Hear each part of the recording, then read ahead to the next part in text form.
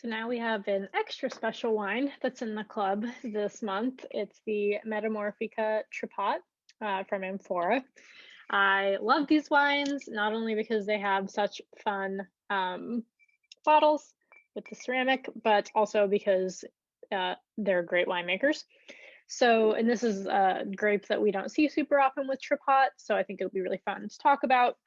Um, all right, so jumping into it, they uh, go to a lot of effort to make the wine this way. They obviously put it in amphora, but in the amphora, they basically top it up to ensure that there's no air, have it covered, and then they don't fine or filter it.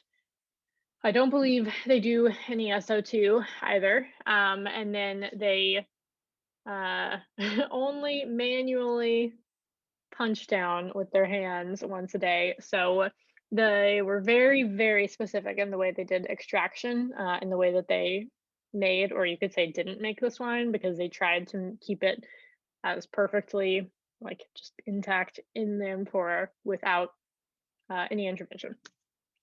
So talking about what it tastes like,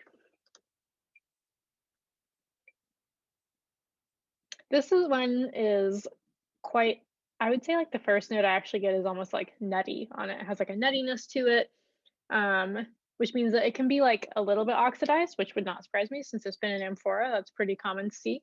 But then it also is like pretty juicy. Like it has more red fruit I'm getting on the nose, like raspberries, cherries, but like still kind of dark. It's pretty complex, honestly, which makes sense. They did a lot slash nothing to it. And then there's even like a chocolate note on it as well. So let's see if that's there on the palate too.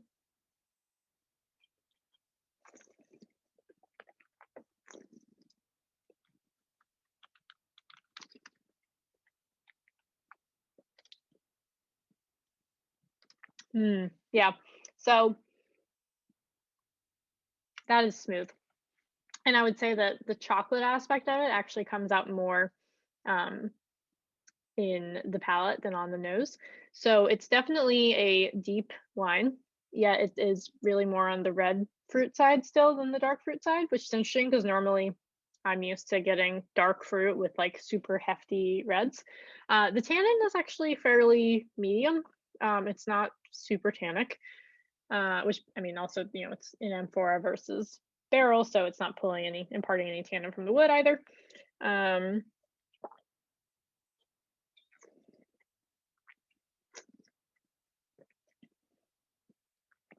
Yeah, that's just a delicious. Actually, I'm lying. The tannin's a little bit higher. It's probably like medium plus.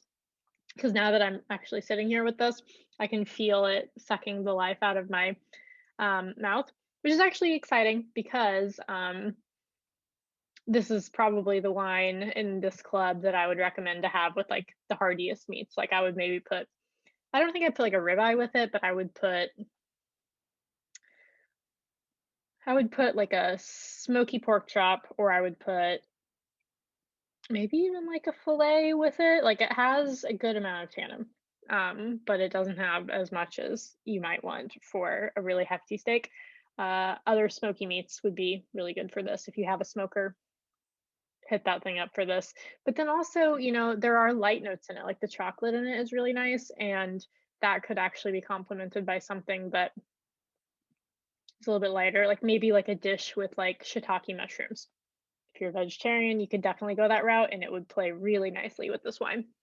So I hope you guys like this one. It is really special when we're able to get this amount of a wine that's like this. So congrats for you guys for being in one of the clubs that was able to get one of these. And yeah, I hope you enjoy it.